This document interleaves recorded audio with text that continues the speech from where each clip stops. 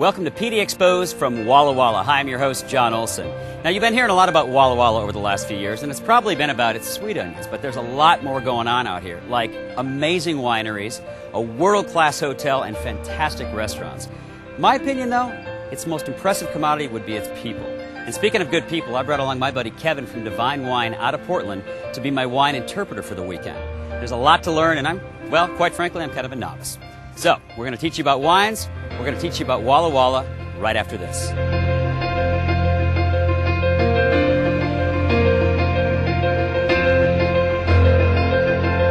PDXposed is brought to you by American Laser Centers. Go to PDXposed.com now and register for your chance to win $1,500 in laser hair removal from American Laser Centers. Looks stunning for fall. Register to win now at PDXposed.com. I've often wondered what Walla Walla actually meant. Well, it's Native American for many waters. Located in southeast Washington, Walla Walla is a community steeped in history and rich with beauty. With rainfalls less than 16 inches a year, Walla Walla is often called an oasis in the desert with its many beautiful trees.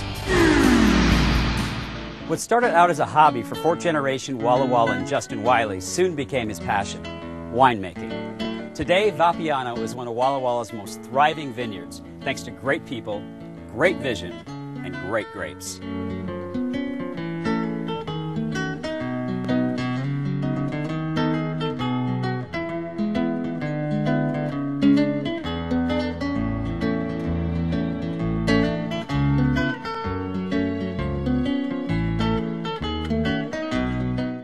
Okay, Justin, before we learn about the grapes and the process here, because I know this is the key to the good wine, tell us your story.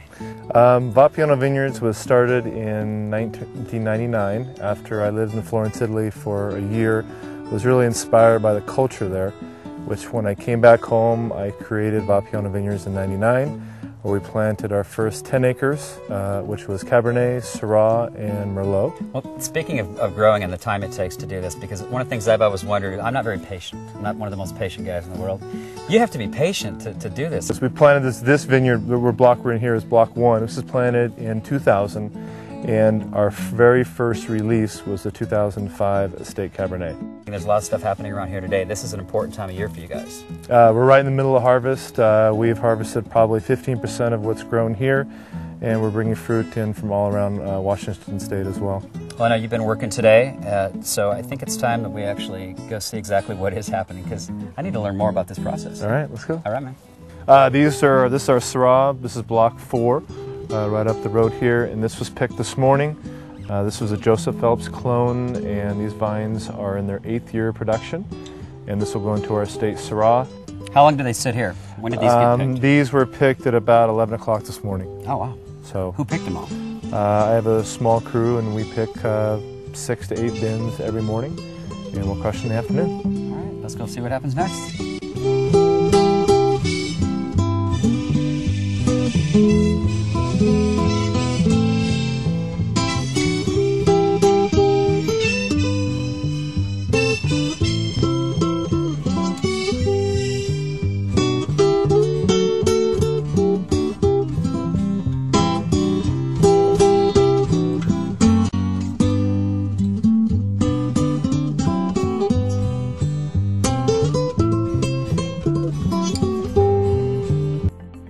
Not that the rest of the process isn't fun, but this to me is sort of the most fun. This is the final stage before it goes to bottle. So this is my 2006 Syrah. This wine will be bottled in February. Be released in May or June next year.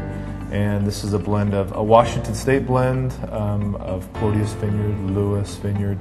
There's some Vapiano Estate fruit as well, some fruit from Red Mountain, and from Minnick Vineyard. This wine, 60% of it will be sold out of the tasting room, and the remainder of it will go to Oregon, Idaho, Southern California, and Chicago.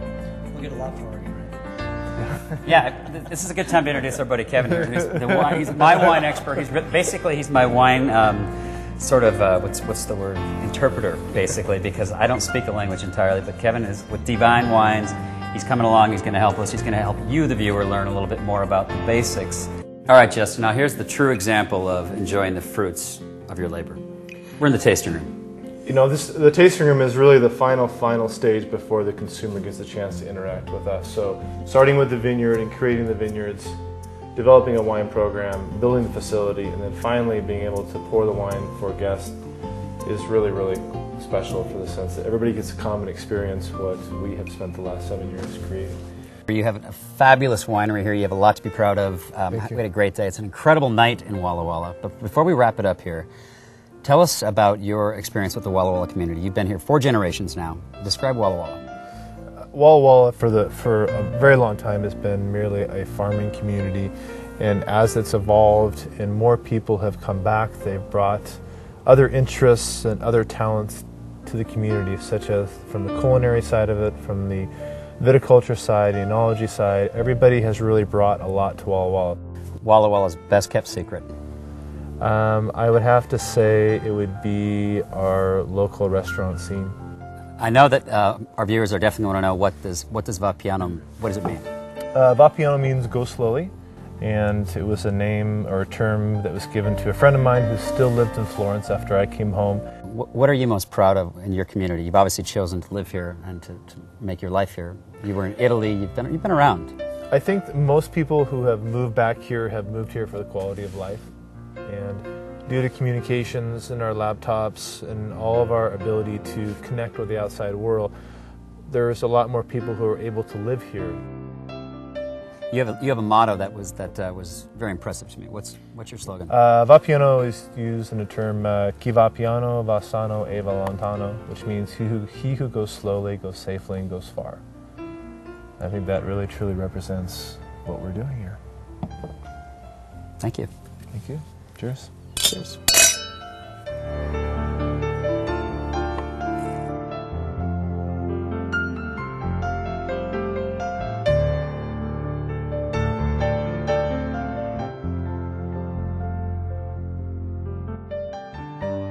The story of the Walla Walla sweet onions began over a century ago on the island of Corsica off the west coast of Italy.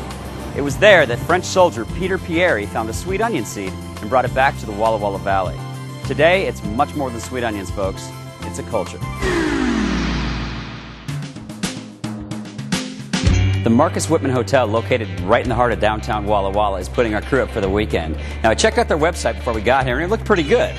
But walking into the lobby here, I think it's going to be really, really good. Take us on a little tour of this room and the lobby and the guest rooms. Okay. Well, right now you're in our Georgian room, and a lot of people get married here. We just had a wedding party here that was taking pictures a few moments ago as well. And of course, the lobby, everything in there is pretty much original. We had George King lighting out of Portland, take the chandeliers, redo everything for us. We ground about 1/8 of an inch off the terrazzo marble to smooth it all out, cleaned up all the European mahogany. The rooms are amazing too. Yeah. Describe the rooms. We've always had the high-end Sealy Posturepedic mattresses. One of my rules is you got to have a great night's sleep, and a bed makes all the difference. So we've added flat-screen TVs now, big walk-in showers, large vanities for the ladies with drawers and storage, handheld hair dryers. We carry the same fabrics and colors throughout the entire hotel. So whether you're in a room in our historic tower or in our west wing or even in our ballrooms, you'll see those fabrics and colors throughout. So there's a continuity in that as well. As you can see, and as you've been around the last couple of days, the old Grand Dam is shining. So it looks incredible. Now you have some stuff going on too. There's construction up top. We went up top today. In about a month, we're going to start on Panorama, which is our new lounge and nightclub on the very top on the 12th floor. I noticed there's also a chopper as you walk in the door here. Tell us why that is. Well, ownership does have its privileges. That's my parking spot. So that's your hobby, though. Yeah, I've been involved in motorcycles since I was about 12, and I actually built that bike back in 2003, and that's therapy. What's going to happen tonight? Well, Chef Bear is putting on a sample of what we do for our winemaker dinner. So it's 7 courses, 6 wines, all paired, and we're actually using the wines that from the folks that you've met on your trip here. It'll give you a feel for what we do for our winemaker dinner series, which we do 7 of them a year.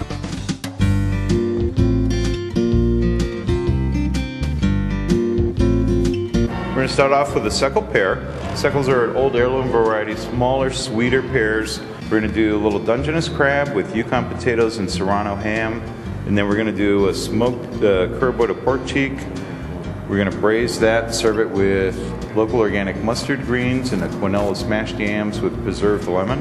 Are you hungry? I am. Kyle? I am.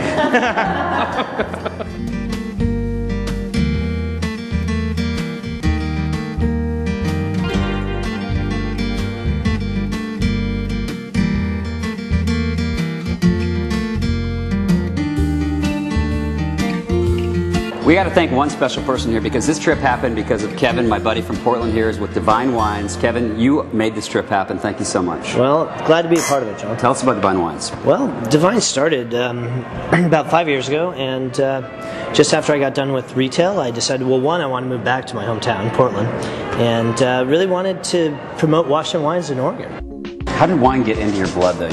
You've been into wines for a long, long time. Other than drinking quite a bit. When I was a freshman at Whitman, my friend Mark Weideman introduced me to Rick Small, who was one of the pioneering winemakers here in Walla. And we just, he took me to some wine dinners, and he was a big supporter of Planned Parenthood auction here, and I just got more and more involved with Rick. And I'd show up at his tasting room and just spend hours talking about this or that, and he's so charismatic and passionate that it's funny, it just sort of all evolved from there. Now, you told me before that Walla Walla wines are a huge passion of yours, and we're about to find out more so. We've already experienced one winery. Why is it such a huge passion for you? I think it's where it melded passion and intuition. So many things are going on. It's not tried, true, and tested, and I've never kind of gone along the norm. I've never succeeded by going along the norm. Every time I've had an idea and gone after it, people have gone, what? Why are you doing this? And I just, sometimes you just believe in something and you go after it. Hi, we're Throwback Suburbia, and you're watching PDXposed goes Walla Walla. Why does PDXposed get to go everywhere? Where's Walla Walla? Sweet. Onions.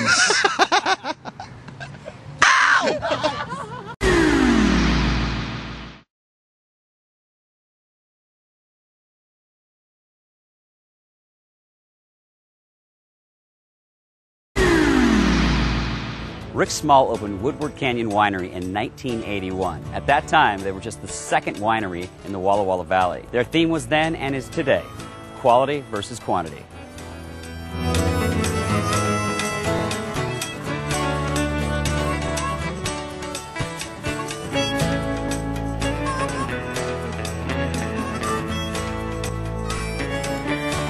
I was the second winery, and Leonetti Cellar was the first, and set this just remarkably impressive example for, I think, all of the rest of us that came after. But Gary Figgins and I are really, really good friends. We started making homemade wine together, and then I got serious, and he bonded. I helped him a little bit, and just got more involved in making wine, and at the same time decided I needed to try to plant some wine grapes. And so, I was the second winery. LaCole came shortly after, and then Waterbrook and others. But I think the level of quality and the commitment to quality and the commitment to premier wine growing has always happened, and I give full credit to that to Gary Figgins because he set the tone. But I said, boy, if I'm going to do this, I want to do it the same way he does, and because I can't see another reason to do it. I can't see another way to do it, but to drive for quality and continue always to strive for that. We're going to be running up to the top of Woodward Canyon, which is about 850 feet at the top. And so my family, I'm third generation here, and so my grandpa and my dad before were cattle ranchers and wheat farmers.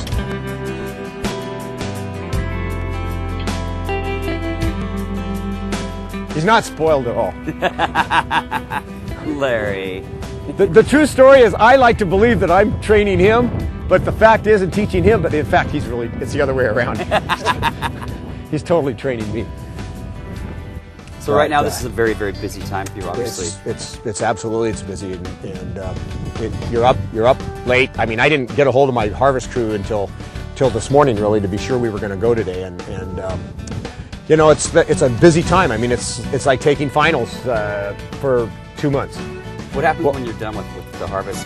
Well, getting it in is just that's part of it, and getting it all in the door and knowing that you're not going to be subjected to any kind of weather variation. That is a huge deal. I sleep much better at night after that's over.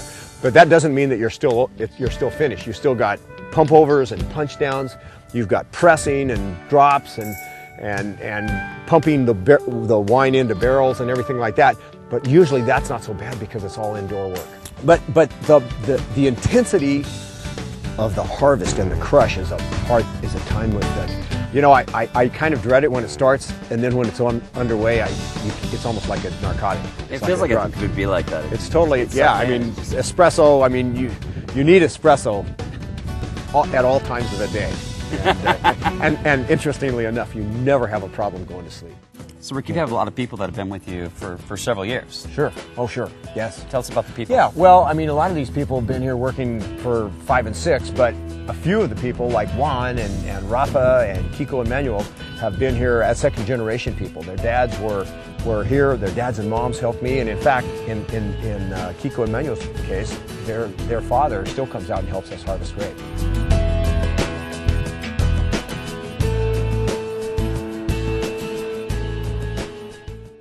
Kevin had great things to say about your wine. I brought him along as my wine interpreter for the weekend since he knows this stuff, so he can kind of interpret it. Sure. But he had a lot of really good things to say about your wine. Tell us how you guys met. It's a good story.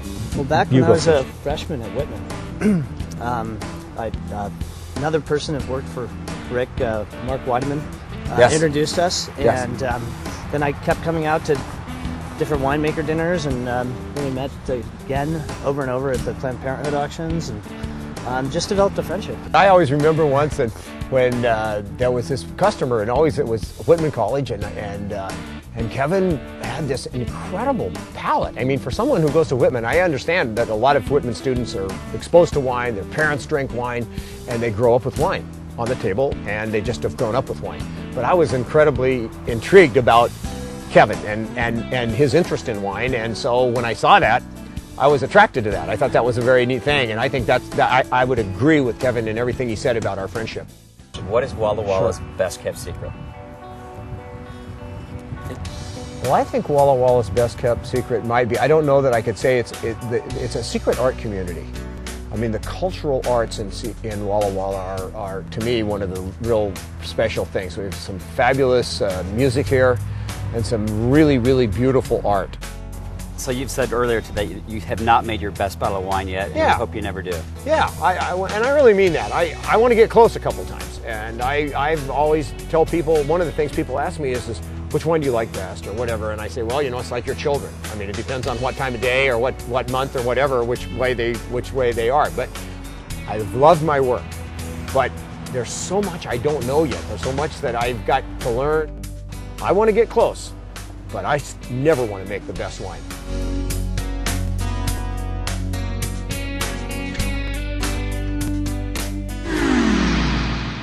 At the foot of Washington's beautiful Blue Mountains lies the Walla Walla Valley, which has blossomed into a wine lover's paradise. Today, it houses over 100 wineries, gaining much national and international acclaim in publications like the Boston Globe, New York Times, Wine Enthusiast, and many more. The region is best known for its reds. However, its whites might just be the valley's best-kept secret. High-quality wines, affordable prices. Sounds like an excellent combination to me. That's exactly what you'll find at Bergevin Lane Winery right here in downtown Walla Walla. They're woman-owned and operated, and they've got a great story. Let's meet them.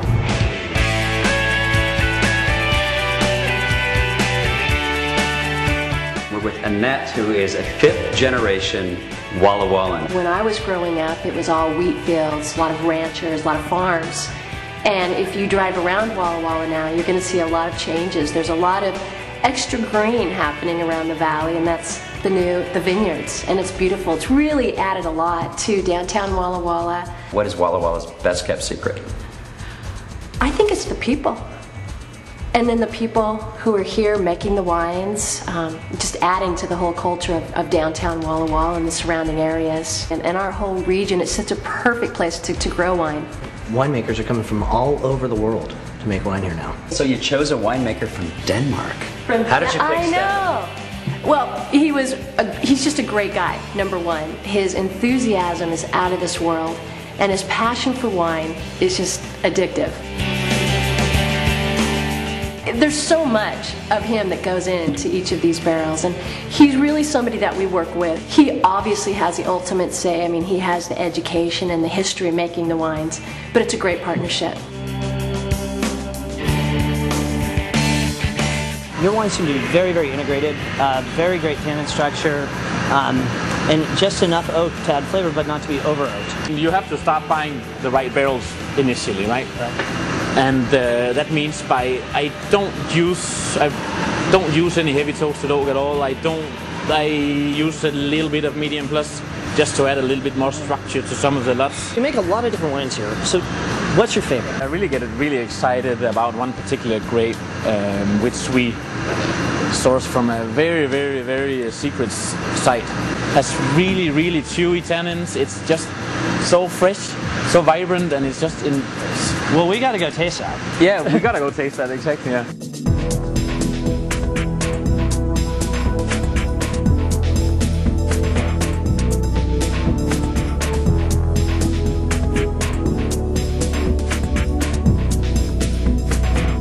Okay, so the anatomy of a winemaker. The boots, grape-stained pants, you got wine-stained hands, you could be working on a construction site, you got your siphoner, you got your wine glass in hand. You're all set, man. And the purple teeth. And the purple teeth.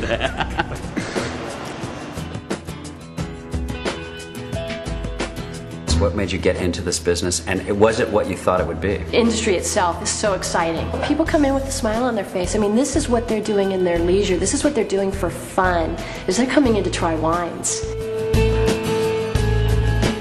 You have some blood, sweat, equity into this tasting room. Tell us about that. And tears. And tears. Literally.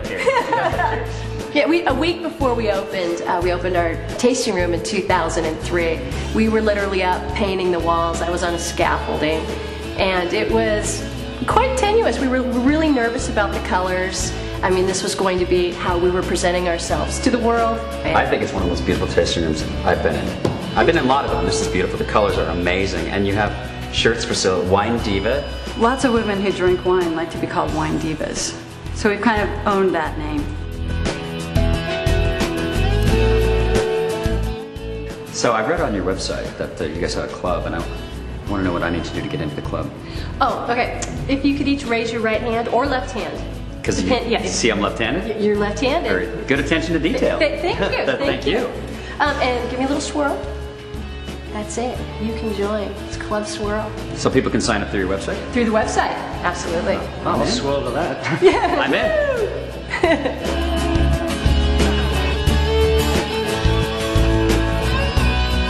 Don't go away. PDXposed from Walla Walla. We'll be right back.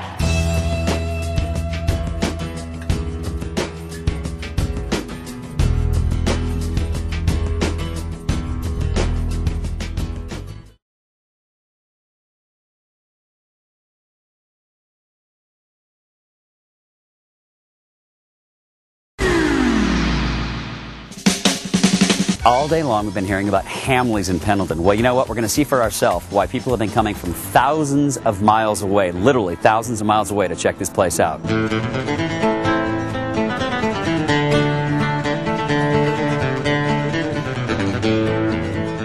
going to meet up with Vince here. He's one of the owners of this incredible steakhouse. He's going to take us on a tour of this place. This place is sweet.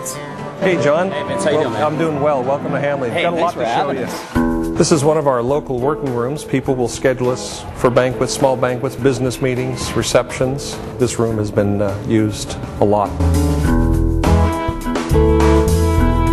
The American Tin Ceiling Institute of America just awarded Hamleys Steakhouse the grand prize of over 500 entries. Just today, we're the winner.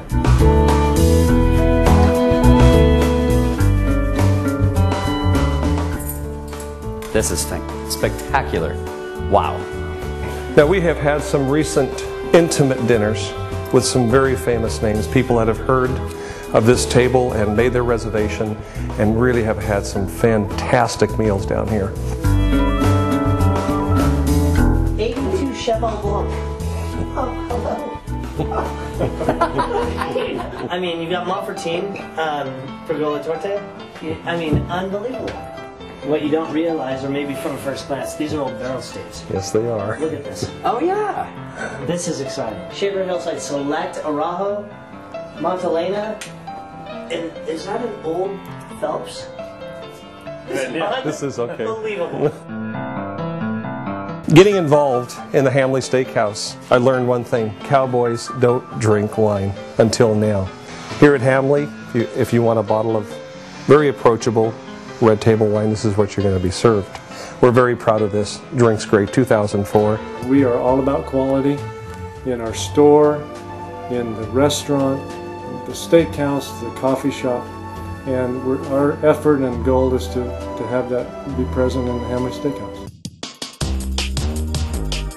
Well, this is our upper deck here at Hamleys Steakhouse, and as the weather permits, this is where we dine. So the tour continues to the most incredible kitchen I think I've ever been into in my entire life. Most beautiful kitchen I've ever been in. Could you ever dream of working in a place like this? No, sir. As a chef, this is like heaven for you. Yes, it is. So tell us about our food tonight. Speaking of heaven, I hear it's incredible. We have ribs that we smoke here in-house. It's all organic, no antibiotics, no hormones. Getting a double cut Delmonico this evening.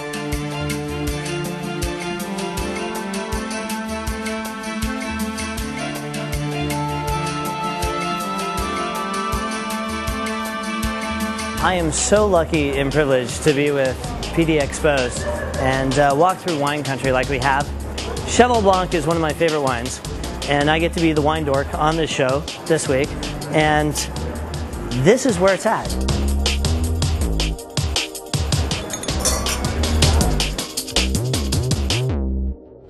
Thanks so much for joining us on this very special episode of PDXposed from Walla Walla. We had a great trip. We hope you enjoyed the show. What an amazing place this is. A great hotel, phenomenal restaurants, and the wineries, oh my God, world class. Thanks to Kevin from Divine Wines for making this trip happen.